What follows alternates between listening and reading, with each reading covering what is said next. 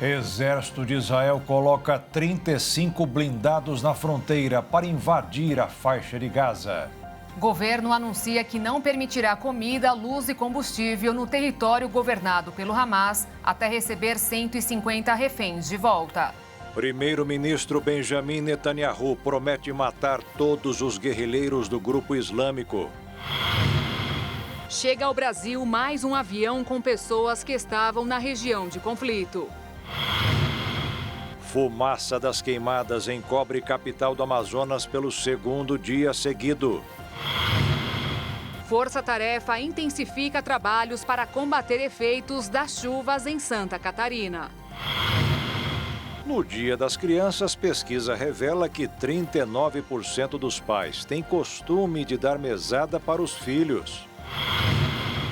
E uma reportagem mostra os riscos à saúde causados pelos ácaros que invadem os quartos de todos nós. Agora no Jornal das 22.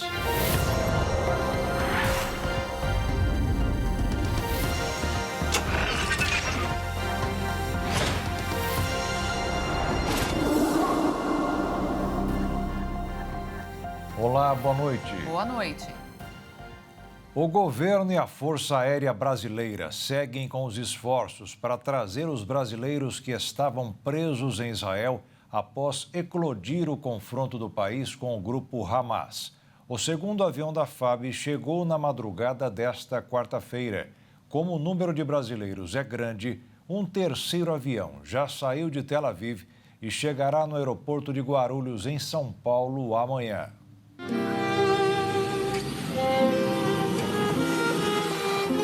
A operação Voltando em Paz, realizada pela Força Aérea Brasileira em conjunto com o governo, tem sido um alívio para centenas de brasileiros que se viram no olho do furacão após as tensões entre Israel e o grupo terrorista Hamas. Na manhã de hoje, chegou ao Brasil a segunda aeronave com brasileiros, além de um cachorro e 3 gatos. O pouso ocorreu no aeroporto do Galeão, no Rio de Janeiro. A bordo do veículo estavam 214 brasileiros resgatados. Eles se somam aos 211 que foram repatriados e chegaram ao país na manhã de quarta-feira. Mas a operação de resgate dos brasileiros irá continuar.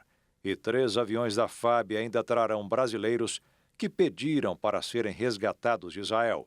Isso porque, segundo o formulário digital disponibilizado pelo Itamaraty, 2.500 pessoas, sendo a maioria turistas, hospedados em Tel Aviv e Jerusalém, sinalizaram que queriam ser resgatados pela Força Aérea. Com isso, nesta quinta-feira, o terceiro voo da operação, com mais de 69 brasileiros repatriados da zona de conflito no Oriente Médio, saiu de Tel Aviv. Conforme informações passadas pela FAB, a aeronave KC-390 Millennium decolou às 11 horas e 55 minutos no horário de Brasília.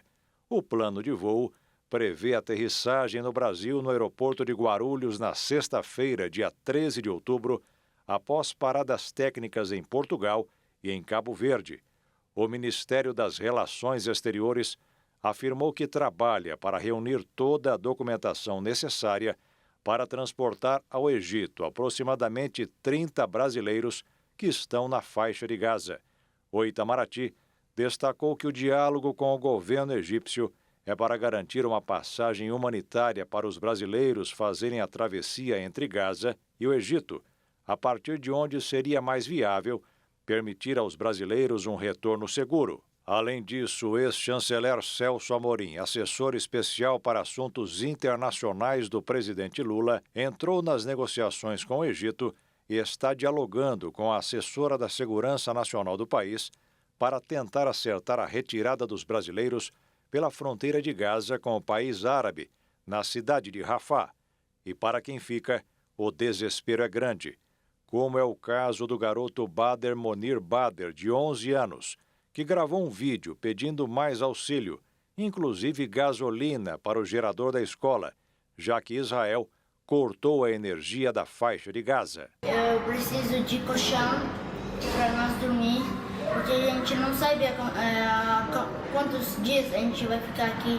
Eu preciso de colchão e de cobertores e de almofada e também para nós não faltar para a gente luz, a gente precisa de vocês gasolina para a gente conseguir viver. Desde o início da guerra, a retirada de brasileiros e o apoio aos refugiados na região foi eleito como prioridade absoluta pelo governo do Brasil. O presidente Lula conversou por telefone com o presidente de Israel, Isaac Herzog. Em sua rede social, disse que agradeceu o apoio para a operação de retirada dos brasileiros que desejam retornar ao país. Lula reafirmou a condenação brasileira aos ataques terroristas e a solidariedade aos familiares das vítimas e solicitou todas as iniciativas possíveis para que não falte água, luz e remédios em hospitais na faixa de Gaza. Israel seguirá com os bloqueios à região de Gaza até a devolução dos cerca de 150 reféns em poder do Hamas. Nesta quinta-feira, a crise humanitária em Gaza ficou pior após mais ataques israelenses. As respostas israelenses aos ataques do grupo Hamas vêm devastando a região da faixa de Gaza. Mais de 6.000 pessoas ficaram feridas pelos ataques aéreos israelenses, que dizimaram edifícios, reduziram ruas inteiras a escombros e prenderam moradores. Nesta quinta-feira, Israel garantiu que o chamado de cerco completo a Gaza, que suspendeu a eletricidade e limitou a chegada de alimentos, água e combustível, continuará até os reféns mantidos pelo Hamas sejam soltos. Pelo menos 150 pessoas foram levadas para a região de Gaza pelos terroristas do Hamas. Aproximadamente 97 famílias israelenses já foram notificadas pelo governo com a suspeita de terem parentes feitos de reféns em Gaza. As vítimas foram sequestradas no sábado, quando cerca de 1.000 terroristas do Hamas invadiram por ar e terra ao menos 14 localidades no sul de Israel e mataram dezenas de civis e soldados.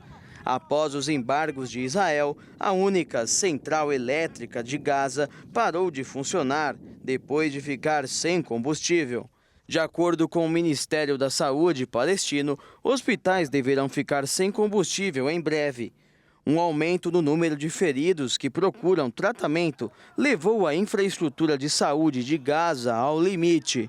A ministra da Saúde palestina pediu assistência internacional urgente para ajudar a criar hospitais de campanha na faixa de Gaza e fornecer medicamentos e suprimentos médicos. Desde o último sábado, quando o conflito se iniciou, Israel não deu trégua no cerco à faixa de Gaza. E esse é o pensamento do primeiro-ministro israelense. Benjamin Netanyahu afirmou que o Hamas tem que ser destruído, assim como foi o Estado Islâmico. O argumento teve o apoio do secretário de Estado dos Estados Unidos, Antony Blinken.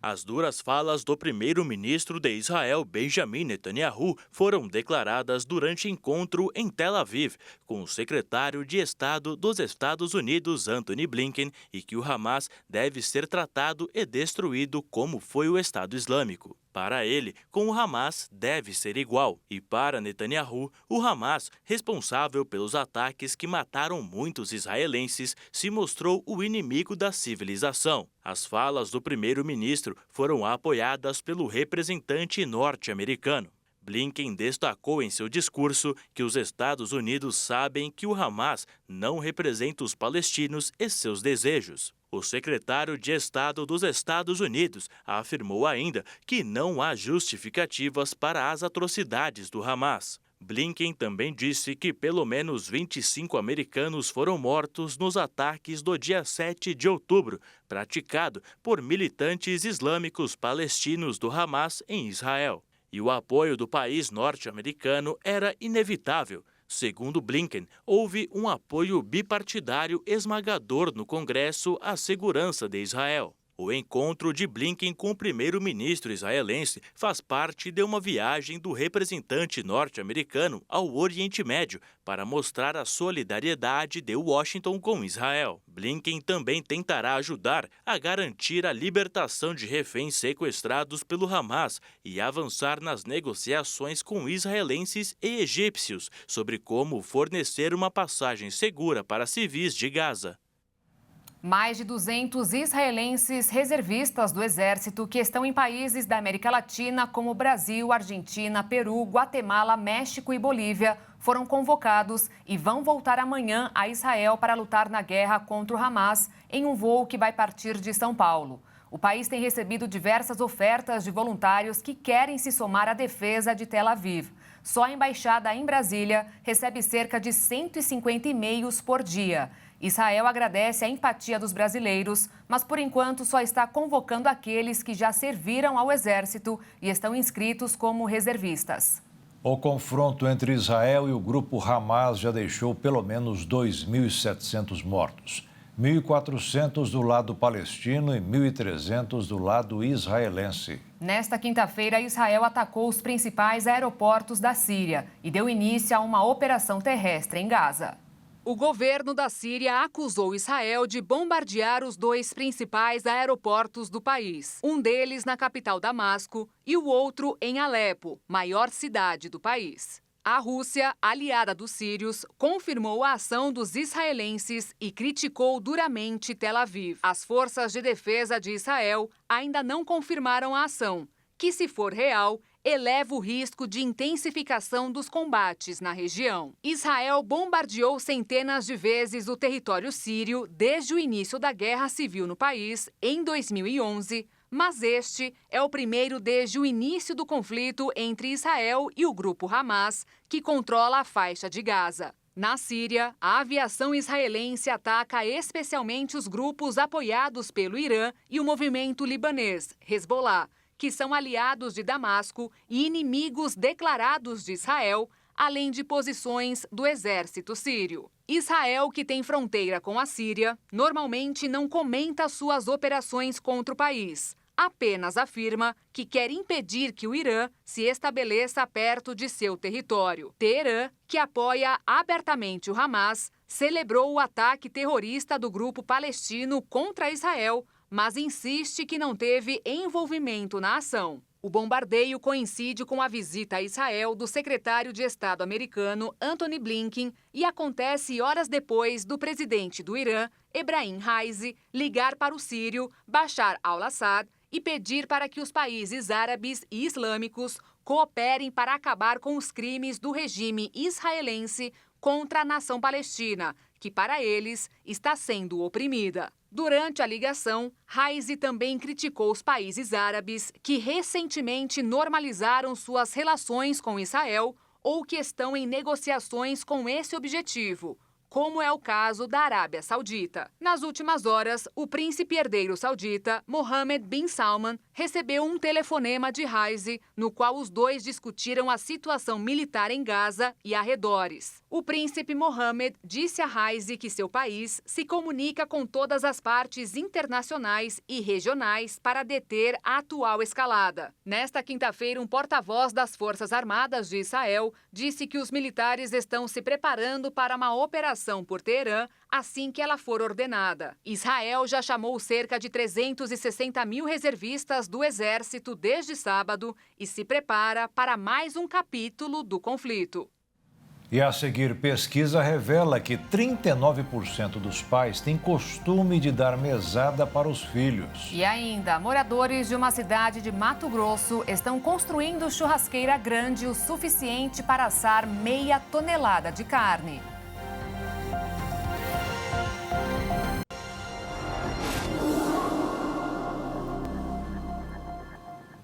Quase metade dos pais brasileiros tem o hábito de dar mesada aos filhos. Porém, ensinamentos sobre finanças e poupança familiar ainda não são comuns em lares brasileiros, o que acaba impactando o futuro de crianças e adolescentes. Por mais que 40% dos pais forneçam mesadas aos filhos, pelo menos 60% não proporcionam mesada a eles. De acordo com uma pesquisa realizada pela Serasa em parceria com o Instituto Opinion Box, dentre aqueles que dão mesada aos filhos, metade consegue oferecer o valor de até R$ 60. O restante não ultrapassa os R$ 100. Os motivos da mesada são inúmeros, incluindo lanche na escola e ensinar como poupar dinheiro para o futuro. O costume é maior para a faixa de crianças de 6 a 11 anos, seguido pela de 15 a 18. De acordo com especialistas, a mesada funciona como ferramenta para ensinar às crianças responsabilidade, saber lidar com frustrações e como funciona o dinheiro. Porém, é fundamental que o dinheiro esteja aliado com a educação financeira, pois oferecê-lo sem orientação pode ser pior. Os dados da pesquisa também mostraram que de cada 10 pais, 8 dizem conversar com os filhos a respeito do tema. Preparar a criança para um futuro financeiro é importante, pois 70% dos responsáveis não fazem qualquer tipo de investimento ou poupança para os filhos atualmente. E mesmo entre os que têm esse hábito, 50% admitem não ter uma conta específica para a finalidade, realizando a ação dentro de sua própria conta bancária. Assim, ensinar os principais conceitos e incentivar seus filhos a ter uma melhor relação com o dinheiro é o que fará com que as próximas gerações se planejem. A presidente do Banco do BRICS, Dilma Rousseff, vai emprestar US$1 bilhão, pouco mais de 5 bilhões de reais, ao Brasil. O dinheiro foi solicitado no primeiro semestre deste ano pelo presidente Lula e recebeu o aval do Senado Federal. O contrato foi assinado hoje com o ministro da Fazenda, Fernando Haddad, durante reunião do FMI em Marrakech, no Marrocos. A destinação dos valores deverá ser definida por Haddad. O Brasil já recebeu US$6 bilhões em empréstimos do banco nos últimos anos. O prazo para pagamento é de 30 anos, com juros de 1,64% ao ano. Você já parou para pensar por que o real se chama real e por que o dólar tem esse nome? Pois saiba que tem explicação. Alguns fazem referência ao local de onde era retirado o metal para fabricar as moedas. Outros vêm de línguas antigas ou descrevem características das moedas. Vamos começar essa curiosidade com a moeda brasileira. Segundo o Banco Central, o real era uma moeda de Portugal e foi usado no Brasil durante o período colonial. O nome, que fazia referência à monarquia portuguesa, também era muito usado no plural, ou seja, réis. Com o Plano Real, em 1994, o nome foi resgatado e os reais voltaram a circular no Brasil. Peso. Os países que foram colônias espanholas nas Américas usaram uma característica das moedas para batizá-las. O peso é usado no México, Argentina, Chile, Uruguai, República Dominicana, Cuba e Colômbia. E antes de adotar o euro, a Espanha usava peseta. Dólar. Sua origem, segundo o dicionário Oxford, é a palavra flamenga Jonkins-Thaler, o Vale Joaquim, de onde era retirada a prata para cunhar moedas. O termo foi encurtado para thaler e chegou a colônias inglesas da América do Norte com uma pronúncia diferente, dólar, e em 1792 foi adotado oficialmente como moeda dos Estados Unidos. Libra. O nome usado para batizar a moeda do Reino Unido tem origem no termo latino libra, que significa peso. Também, de acordo com o dicionário Oxford, unidades antigas da moeda exibiam uma pequena estrela, sterling, em inglês arcaico. Os ingleses, porém, chamam a moeda de pound e não de libra, do latim pondus. Pound tem o mesmo significado que libra. Yuan, iene e won. As moedas da China, yuan, do Japão, iene da Coreia do Sul, won sul-coreano, têm origem no mesmo ideograma chinês, que significa redondo ou moeda redonda.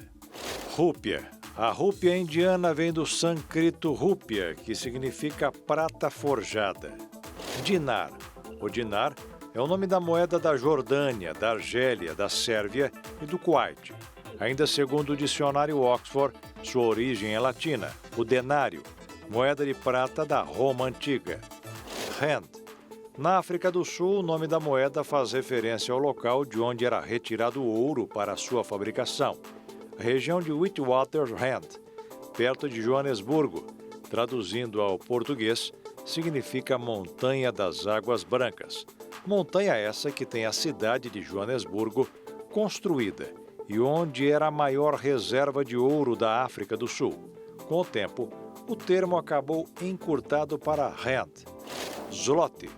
Os poloneses foram práticos ao nomear sua moeda, que significa ouro na língua local, como diz o dicionário Oxford. Forinte. O forinte húngaro vem do italiano fiorno, como era chamada a moeda de ouro que circulava em Florença, região que hoje faz parte da Itália. A moeda exibia uma flor cunhada. Em italiano, flor é fiore. Coroa. As coroas sueca, norueguesa, dinamarquesa e islandesa foram batizadas em homenagem à monarquia. Os termos vêm do latim corona. Rublo. O termo que batizou a moeda da Rússia era originalmente uma unidade de medida de massa usada para pesar prata na região que hoje é Belarus. Bom, e agora uma pergunta que eu passo para o Giaqueto.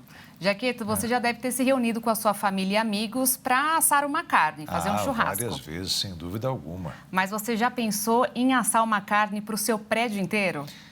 Eu nunca pensei, seria ótimo mesmo porque estreitaria relacionamentos e faríamos novas amizades, né, Beatriz? Com certeza. E é isso mesmo que os moradores de Sinop, no Mato Grosso, estão planejando fazer com a construção de uma churrasqueira gigante. 60 metros de circunferência, 19 metros de diâmetro, 6 metros de altura e a capacidade de assar até 5 toneladas de carne ao mesmo tempo. As imagens impressionam e viralizaram na internet. Essa pode ser a maior churrasqueira já construída no mundo e, em breve, entrará para o Guinness Book, o livro dos recordes. A construção ficou pronta em apenas 6 meses, começando em fevereiro deste ano e entregue em agosto, mas ainda não foi utilizada. A ideia é servir cerca de 150 famílias que moram na pequena comunidade de Brígida, em Sinop, a cerca de 500 quilômetros de Cuiabá. A expectativa é de que ela seja inaugurada no próximo dia 3 de dezembro, em uma festa organizada pelos moradores. Em 1995, a comunidade já havia construído uma churrasqueira menor, mas com o crescimento do local, decidiram dobrar o tamanho. Além de também aumentar a estrutura interna, incluindo uma câmara de refrigeração. A comunidade se inscreveu no livro dos recordes para saber se ela realmente é a maior. Fato é que a parte mais difícil já passou e agora eles aguardam apenas a visita de uma equipe de profissionais para confirmar que a churrasqueira é a maior do mundo. E ainda hoje, Força Tarefa intensifica trabalhos para combater efeitos das chuvas em Santa Catarina. E também, fumaça das queimadas encobre a capital do Amazonas pelo segundo dia seguido.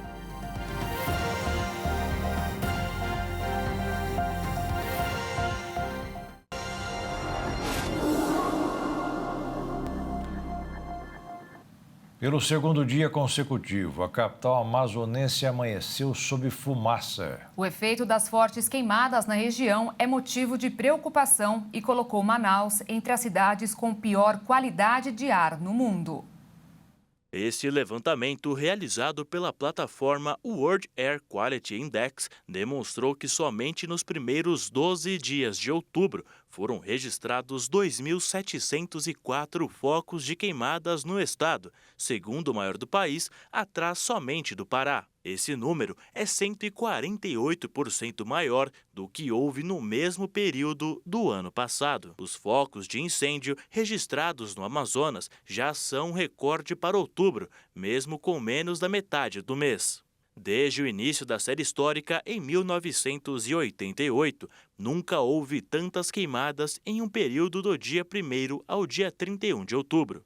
Nas redes sociais, os moradores relatam até a dificuldade de conseguirem enxergar o que está a poucos metros de distância nas ruas, devido à quantidade de fumaça. De acordo com o sistema INPE, dos 2.704 focos, 344 ocorreram em Lábrea, uma das cidades campeãs de desmatamento no país. Somente na última terça, dia 10 de outubro, houve mais de 500 queimadas no estado, quando o problema se acentuou e os efeitos começaram a chegar à capital. Na tarde da última quarta-feira, o prefeito de Manaus, David Almeida, afirmou que a fumaça tem origem de incêndios fora da capital, mas defendeu a criação de medidas de mitigação, como ações de conscientização e programa de agricultura familiar sem queimadas. Dessa forma, o governo estadual do Amazonas determinou o envio de mais 64 agentes, entre policiais militares e técnicos do Instituto de Proteção Ambiental do Amazonas,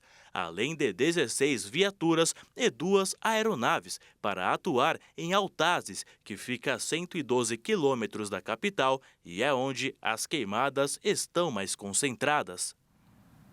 A Polícia Federal prendeu hoje 2 suspeitos de envolvimento nas queimadas que provocam a fumaça em Manaus. E o ministro da Justiça, Flávio Dino, informou à tarde que será enviado um reforço da Força Nacional para ajudar no combate às chamas. No sul do país, a situação é diferente. A tarefa da Força de Emergência é combater os estragos das chuvas no estado. Foram afetados 161 municípios, o que significa mais da metade do estado. Uma comitiva do governo federal tenta acelerar o auxílio a municípios atingidos, principalmente para a cidade de Navegantes. Ontem, uma equipe liderada pelo ministro da Integração e do Desenvolvimento Regional, Valdez Góes, sobrevoou a cidade mais afetada pelos temporais, entre elas Rio do Sul e Itaió. A comitiva ainda contou com a presença da ministra do Meio Ambiente e Mudança do Clima, Marina Silva. Nos últimos dias, o estado de Santa Catarina foi devastado pelas chuvas. Na Serra, a precipitação intensa atrapalhou a florada das maçãs e os vendavais atingiram as uvas. Os plantios de verão, como o milho, também sentiram as consequências e seu cultivo segue freado pelo mau tempo. O valor da produção dos produtos também está ameaçado. Em visita a Blumenau, a Agência Nacional de Águas e Saneamento Básico e o governo de Santa Catarina assinaram um documento chamado Pacto pela Governança da Água, para guiar as ações de aperfeiçoamento da gestão de recursos hídricos e a regulação dos serviços de saneamento básico. O texto assinado inclui principalmente a parte de capacitação, monitoramento hidrometeorológico, segurança de barragens, infraestrutura hídrica e a parte de saneamento básico. De acordo com o governo, a intenção é levar com dignidade a água às pessoas. No início da tarde desta quinta-feira, o presidente Lula publicou em suas redes sociais que realizou uma reunião por videoconferência com os ministros para tratar do assunto de Santa Catarina. Lula disse que determinou aos ministros para que as equipes estejam mobilizadas e à disposição dos governos estaduais e prefeituras. Com o aumento cada vez maior dos desastres naturais, a Câmara dos Deputados aprovou um projeto de lei que amplia os instrumentos de prevenção e recuperação de áreas atingidas. A proposta ainda trata de ações de monitoramento de riscos de desastres e a produção de alertas antecipados à população.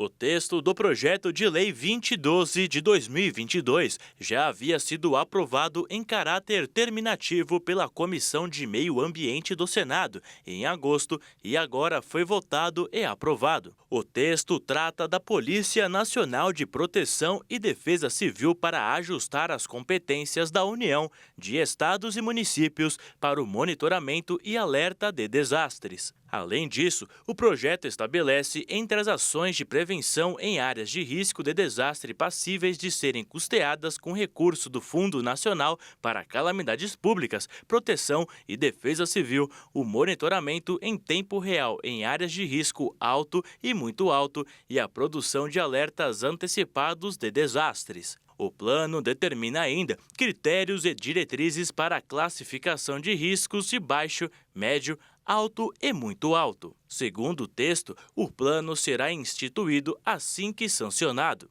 O relator do projeto, o deputado federal Tenente Coronel Zucco, do Republicanos do Rio Grande do Sul, deu uma coletiva após a aprovação e ressaltou a importância do projeto. Nele foi instituído também novas obrigações para empreendedores que exercem atividades com riscos de acidente ou desastre.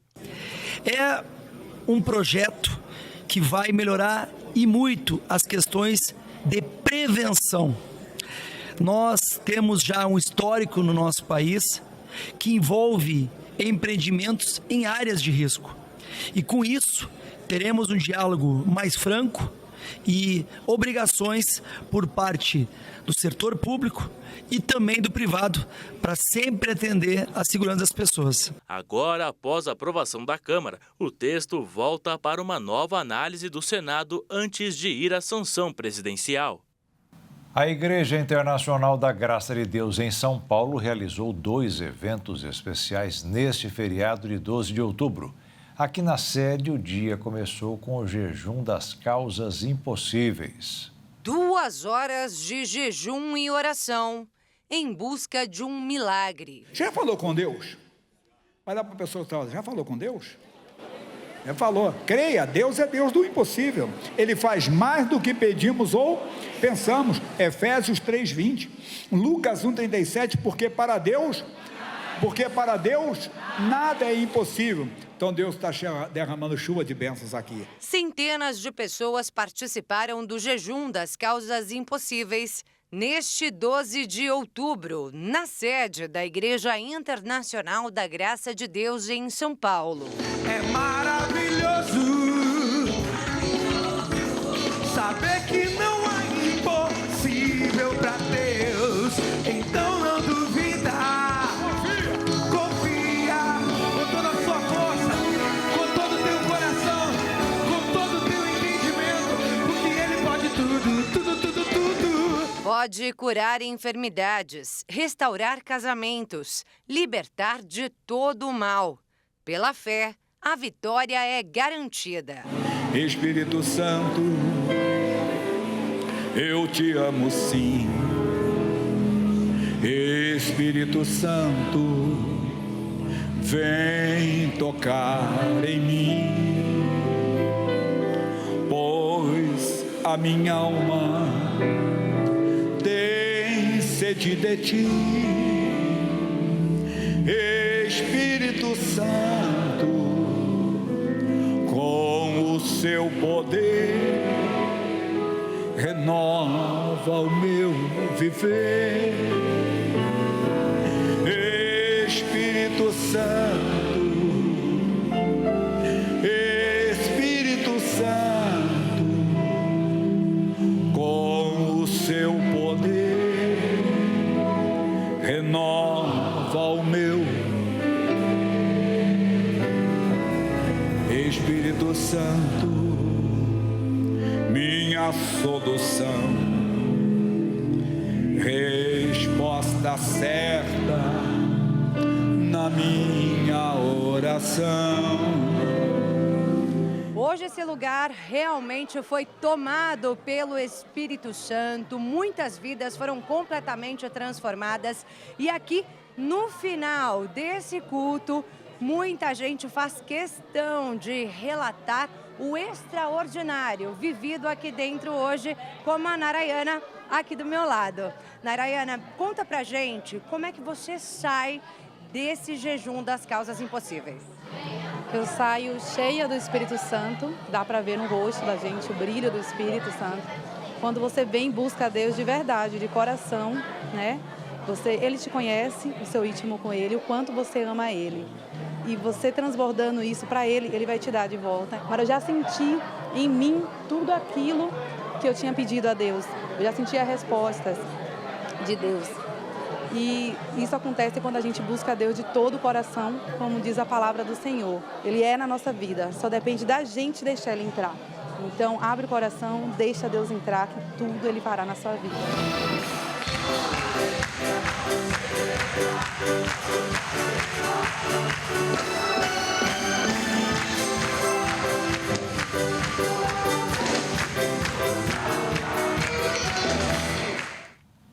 Depois desse culto, chegou a vez das crianças serem homenageadas com uma grande festa e muitas surpresas. A reportagem completa você confere daqui a pouco. E você vai ver também, reportagem mostra os riscos à saúde causados pelos ácaros que invadem o quarto de todos. E ainda, para cuidar melhor do corpo, nada melhor do que fazer exercícios para fortalecer o nosso segundo coração.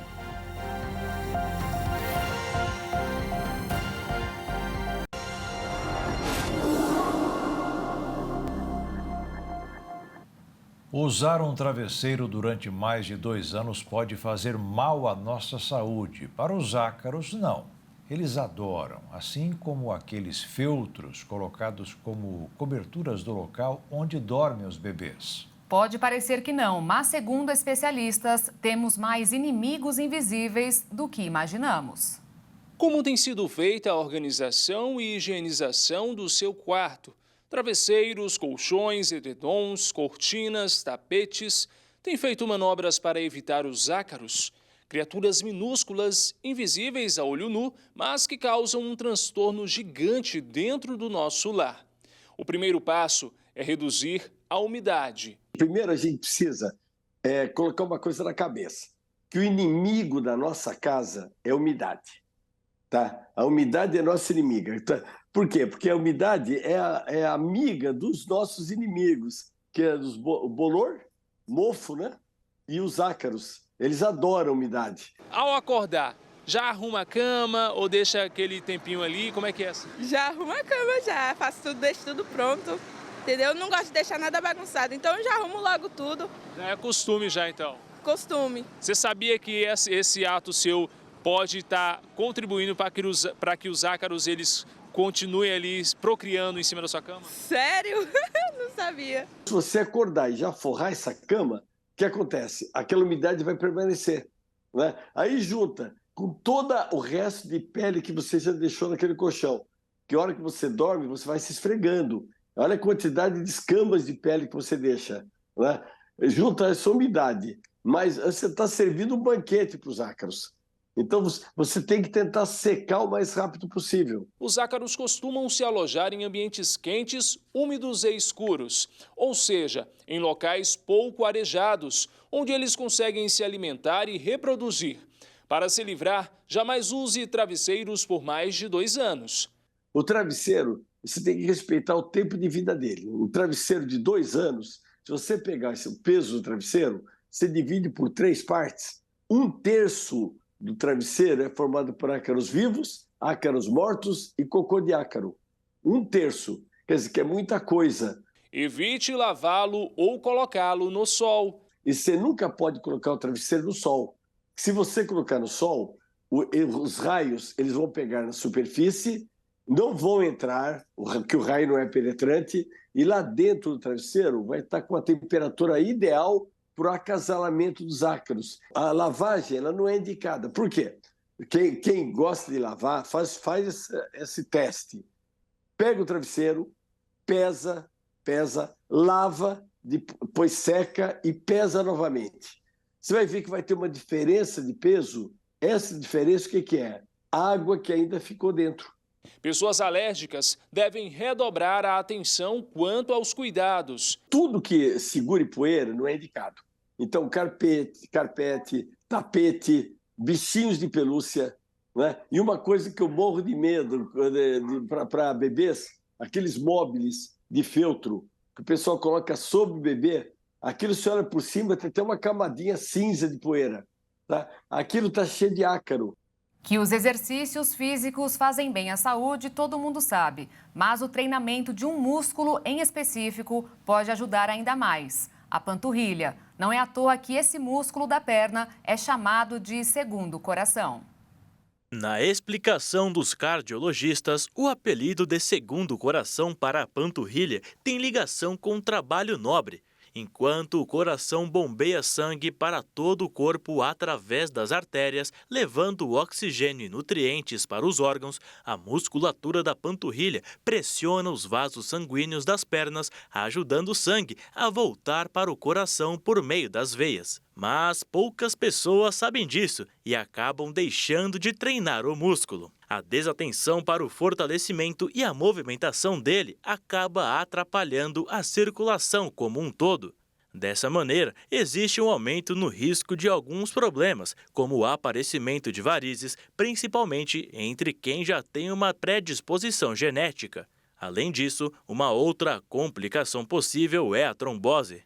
Mas antes do surgimento de problemas como esses, o corpo dá pistas de que algo está errado. Um dos mais comuns é uma sensação de peso e empachamento da panturrilha. Então, vale lembrar que as atividades que movimentam especialmente as pernas e os pés são essenciais para uma saúde ainda mais controlada. Também é importante evitar passar muito tempo sentado, um comportamento cada vez mais comum e bastante prejudicial. Os cardiologistas listam também algumas dicas para auxiliar no exercício desse músculo, como, por exemplo, dar atenção aos exercícios onde levantamos e descemos os calcanhares abaixo do nível.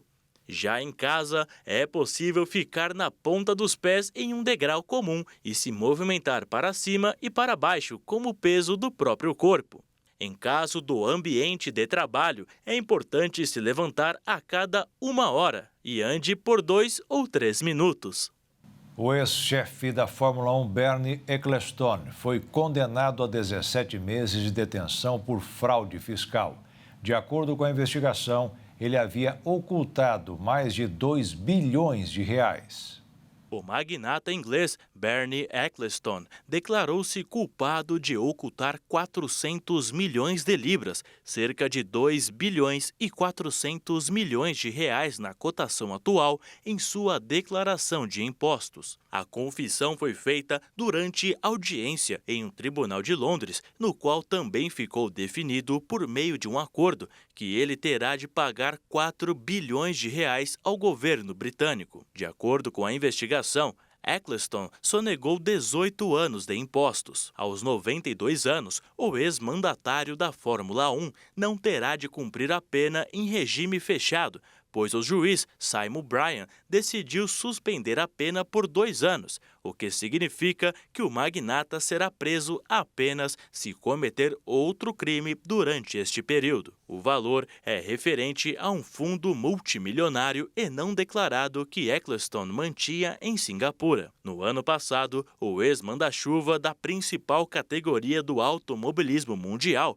tinha se recusado a se declarar culpado, mas reconheceu os crimes para evitar um julgamento. Esta não é a primeira vez que o ex-dirigente precisou se apresentar ao tribunal. Em 2014, pagou um valor equivalente a 100 milhões de dólares para evitar um processo por corrupção na Alemanha. Ecclestone comandou a Fórmula 1 por quase 40 anos, mas deixou o posto em 2017, depois de ser demitido pelo novo proprietário dos direitos comerciais da competição, o grupo americano Liberty Media. Atualmente, ele tem uma fortuna estimada pela revista Forbes, equivalente a mais de 14 bilhões de reais.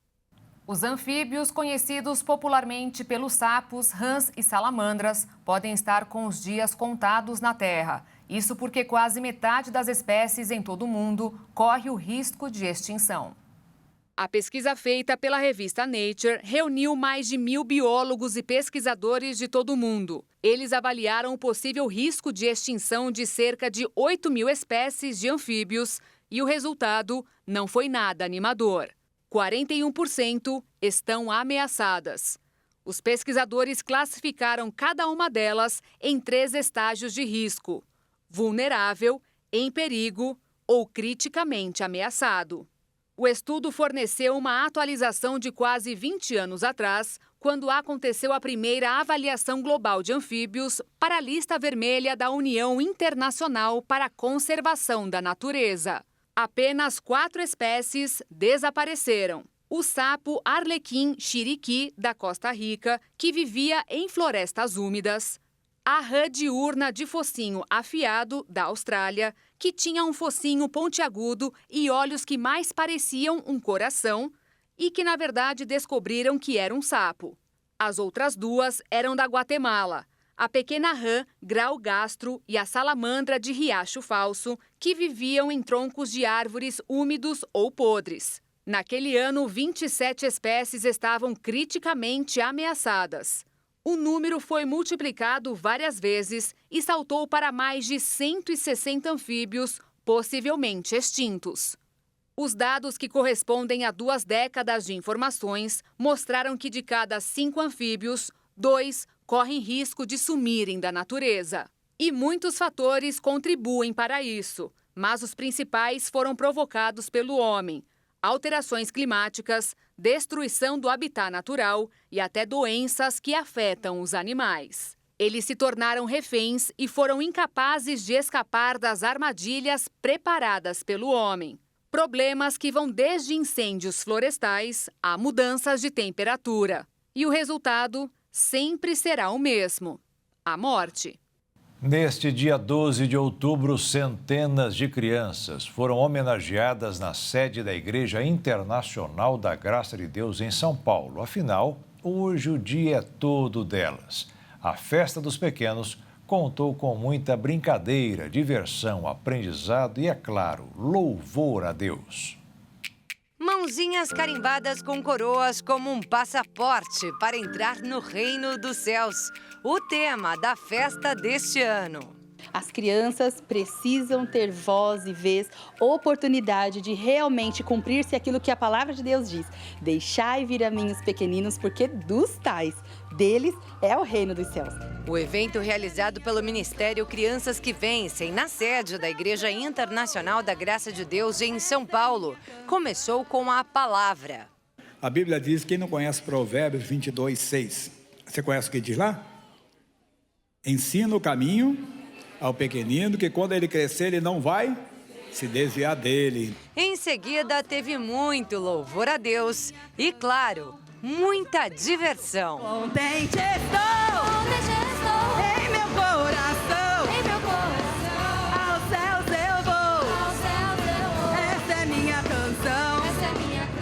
Vários corais se apresentaram na festa. Coral de Guaianazes, Hermelino Matarazzo e São Mateus. Além do SIG das Crianças que Vencem, da sede São Paulo, ao som da banda JQV Team.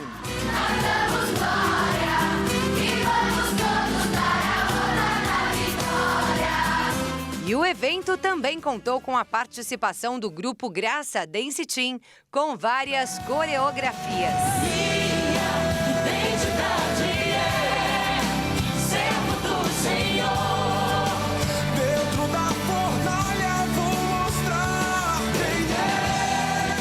Depois de coroadas, as crianças ganharam a missão de coroar os adultos. E a emoção tomou conta.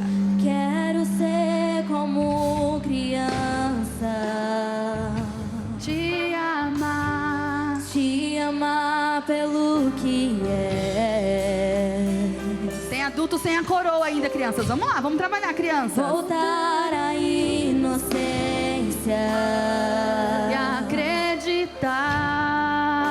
e acreditar em ti.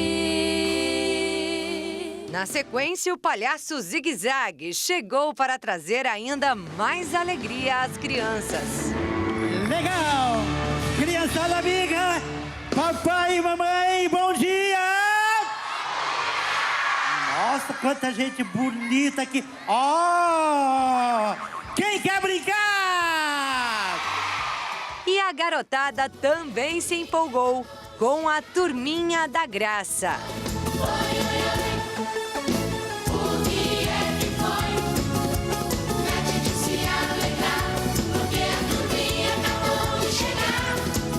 turminha é uma bênção, né, para os pequeninos. Os bonecos, quando chegam, trazem a alegria de Deus para a galerinha. E a turminha, a revista está completando 18 anos deste ano. Então é uma data muito especial. Em setembro chegou uma personagem nova, Sofia, e em dezembro chega um outro personagem, o Raj. E tem mais uma surpresa para a galerinha. Agora, mês que vem, tem um clipe de animação de uma música de parabéns, ou seja, os aniversários nunca mais serão os mesmos, serão agora com a Turminha da Graça. Fica essa novidade quentinha para encerrar esse Dia das Crianças mais do que especial na sede da Igreja Internacional da Graça de Deus em São Paulo. O que é que foi? Antes de se alegrar, porque a turminha acabou de chegar. E o Jornal das 22 termina aqui. Obrigada pela sua companhia nesta quinta-feira. Um ótimo fim de noite para você e até amanhã. Uma boa noite, fique na paz. Tchau.